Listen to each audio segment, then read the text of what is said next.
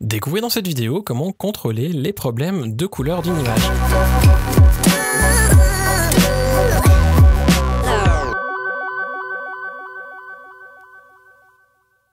Salut, je m'appelle Quentin Descaillets. Vous pouvez retrouver mon travail sur quentindescaillets.com ou sur facebook.com/quentindescaillets.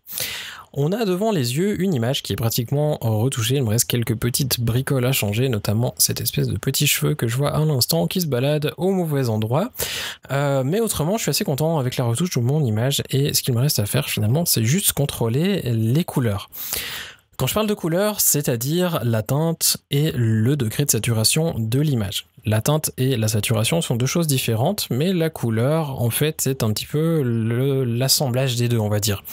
Quand je parle de couleur, en fait, ce que je fais, c'est que je me base sur ce que fait Photoshop ici, en ayant saturation, couleur et teinte. Et la couleur représente en fait le mélange de ces deux modes de fusion. On va donc créer un calque qui va nous permettre de contrôler la teinte et la saturation en une seule fois.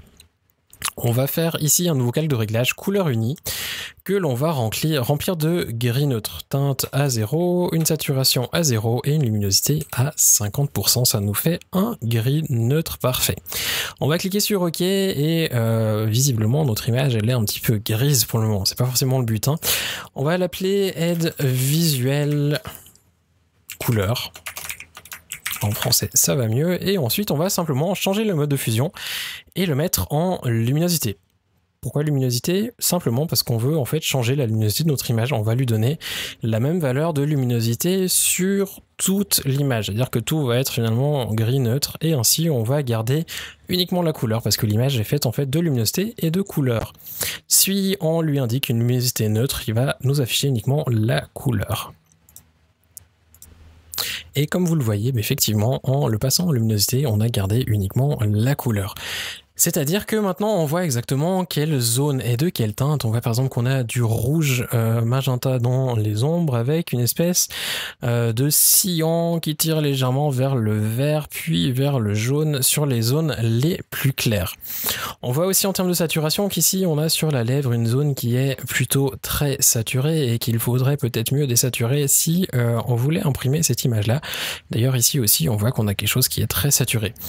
Les zones qui sont trop saturées, en fait, elles ressortent très facilement parce que finalement elles sont presque fluo et ça, peu importe l'écran que vous avez. Vous pouvez avoir l'écran le plus pourri au monde, vous allez le voir très facilement. Et c'est un des avantages de ce genre de calque d'aide visuelle, c'est que même si votre écran n'est pas calibré, vous allez voir très rapidement les soucis de sursaturation ou de teinte que vous avez.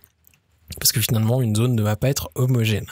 Si, admettons que sur cette image, je souhaitais avoir une peau d'une teinte unie et pas un traitement croisé comme je l'ai fait ici, il faudrait peut-être mieux que je révise mon traitement parce qu'effectivement on voit que on a dans les zones d'ombre, donc comme je disais, quelque chose qui tire vers du rouge rose, alors que sur les zones les plus claires on a quelque chose qui est cyan et pour la peine c'est un petit peu des couleurs qui sont pas tout à fait proches sur la roue de couleur.